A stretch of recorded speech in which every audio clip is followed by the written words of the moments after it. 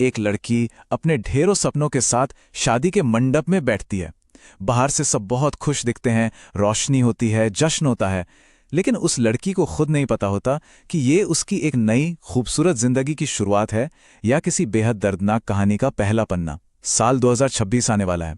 हम तेजी से भविष्य की ओर भाग रहे हैं, लेकिन आज भी एक कड़वी और खौफनाक सच्चाई है कि कभी-कभी एक लड़की की शादी उसके सपनों की उड़ान नहीं, बल्कि उसकी जिंदगी का आखिरी अध्याय बन जाती है।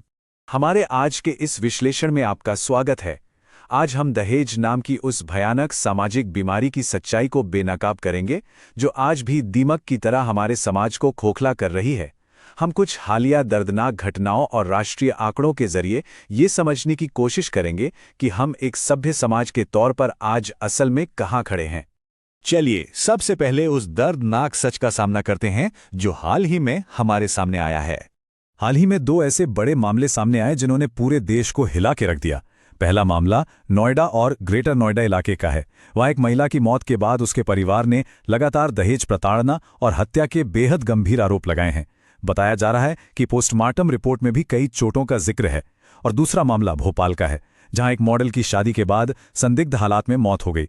वहां भी परिवार ने मानसिक उत्पीड़न का आरोप लगाया है और मामले की गंभीरता को देखते हुए एक स्पेशल इन्वेस्टिगेशन टीम यानी SIT का गठन किया गया है।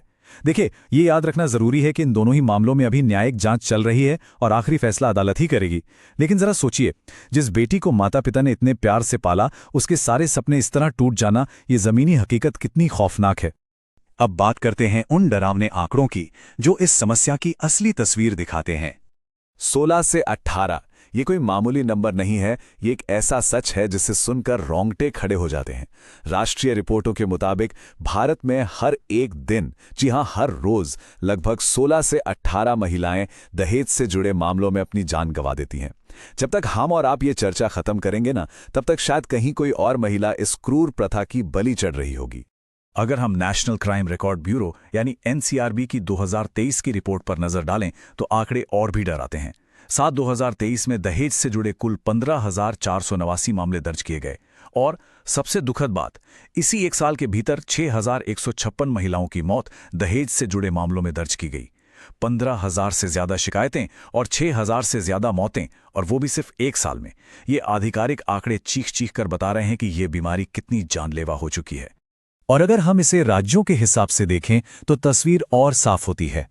आंकड़ों के अनुसार दहेज हत्या के मामलों में उत्तर प्रदेश पूरे देश में सबसे ऊपर है। इसके ठीक बाद दूसरे नंबर पर बिहार का नाम आता है। और अगर कुल दर्ज मामलों की बात करें तो दक्षिण भारत से कर्नाटक भी शीर्ष राज्यों की इस दुखद लिस्ट में शामिल है। इससे हमें ये समझने में मदद मिलती है कि किन इलाकों में सामाजिक जागरूकता और सख्त कानून लागू करने की सबसे ज्यादा और तुरंत जरूरत है। लेकिन यहां एक बड़ा सवाल उठता है, आखिर समाज में ये सब हो क्यों रहा है? लड़का इंजीनियर है तो कार चाहिए, सरकारी नौकरी है तो लाखों रुपए नकद चाहिए। सच कहूं तो ये हमारे समाज की सबसे कड़वी सच्चाई है। ऐसा लगता है जैसे कोई बाजार सजा हो।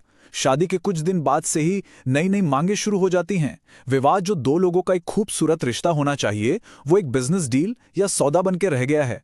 लोगों ने इसे एक स्टेटस सिंबल बना लिया है, जहां दूल्हे की पढ़ाई और नौकरी के आधार पर सीधे सीधे उसकी कीमत तय की जाती है। और इसके पीछे कुछ और भी बहुत गहरे कारण हैं। सबसे बड़ी बात तो यह है कि आज भी लड़कियों को दूसरे घर जाने वाली या आर्थिक रूप से एक बोझ समझा जाता है। यही संकीर्ण सोच सारी फसाद की जड़ है। दूसरा है समाज का भारी दबाव। अरे भाई, सब दे रहे हैं तो हम भी देंगे वाली सोच।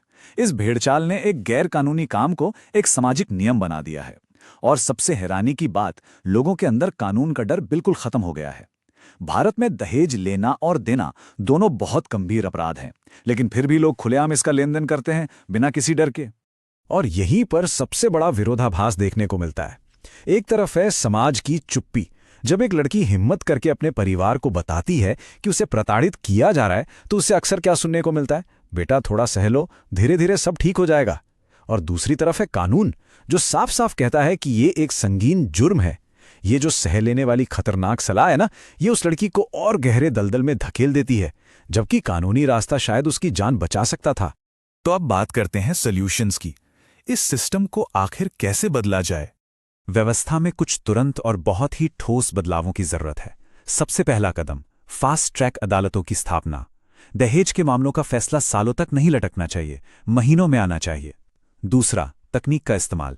एक ऐसा डिजिटल SOS ऐप या पोर्टल होना चाहिए जहां एक बटन दबाते ही लड़की की लाइव लोकेशन और ऑडियो पुलिस तक पहुंच जाए ताकि तुरंत मदद मिल सके।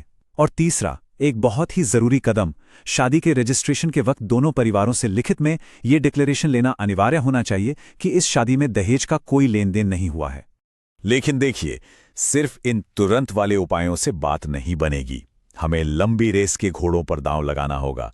असली बदलाव तो शिक्षा से आएगा। स्कूलों के पाठ्यक्रम में बचपन से ही दहेज विरोधी बातें शामिल होनी चाहिए ताकि बच्चों की सोच शुरुआत से ही सही बने। और सबसे अहम बात, महिलाओं को आर्थिक रूप से आत्मनिर्भर बनाना। इसके लिए रोजगार और स्किल डेवलपमेंट के कार्यक्रमों को बढ़ाना होगा, क्योंकि याद रखिए, एक आर्थिक रूप से आजाद महिला समाज के किसी भी गलत दबाव का कहीं ज्यादा मजबूती से सामना कर सकती है। और ये बदलाव किसी एक के करने से नहीं होगा, ये हम सबकी जिम्मेदारी है। समाज के हर वर्ग को अपनी भूमिका निभानी होगी। दूल्हों को खुद आगे आकर कहना होगा कि उन्हें कार, पैसे या कोई भी महंगा गिफ्ट नहीं चाहिए। माता पिता को अपनी बेटियों को ये यकीन दिलाना होगा कि अगर ससुराल में कुछ भी गलत होता है तो उनके घर के दरवाजे हमेशा खुले हैं। समाज को ऐसे लालची लोगों का पूरी तरह से बहिष्कार करना चाहिए जो दहेज मांगते हैं। और महिलाओं को उन्हें खुद को आर्थिक रूप से मजबूत बनाना होगा और शादी से पहले ही किसी भी तरह के रेड फ्लैग्स या गलत संकेतों को पहचानना सीखना होगा। दहेज सिर्फ पैसे की मांग नहीं है, ये इंसानियत की हार है। जरा गहराई से सोचिएगा, जब दहेज की वजह से कोई एक जिंदगी खत्म होती है तो सिर्फ एक इंसान नहीं मरता, उसके सारे सपने, उसका पूरा भविष्य और उसे पालने वाले माता पिता की सारी उम्मीदें उसी पल राख हो जाती हैं। ये एक ऐसा नुकसान है जिसकी कीमत कोई पैसा नहीं चुका सकता। इसलिए आज का संदेश बहुत ही साफ है, किसी की जिंदगी रुकने से पहले इस दहेज प्रथा को रोकिए। सरकार या प्रशासन अकेले कुछ नहीं कर सकते। बदलाव तभी आएगा जब समाज का हर एक इंसान ये तय कर ले कि वो इस कुप्रथा का हिस्सा नहीं बनेगा। जब एक लड़का फक्र से कहे कि उसे दहेज नहीं चाहिए और जब माता पिता ये मान लें कि उनकी बेटी कोई बोझ नहीं है। हम अपने इस विश्लेषण को एक ऐसे सवाल पे छोड़कर जा रहे हैं जो हम सबको खुद से पूछना चाहिए। आखिर वो दिन कब आएगा जब हमारा समाज सच्चे मन से ये कहेगा कि एक बेटी बोझ नहीं बल्कि एक सम्मान है। अगर आप भी इस कुप्रथा के खिलाफ हैं तो इस विश्लेषण को, इस जानकारी को ज्यादा से ज्यादा लोगों तक पहुंचाएं। क्या पता आपकी ये छोटी सी कोशिश किसी की अनमोल जिंदगी बचा ले। हमारे साथ जुड़ने के लिए बहुत बहुत धन्यवाद।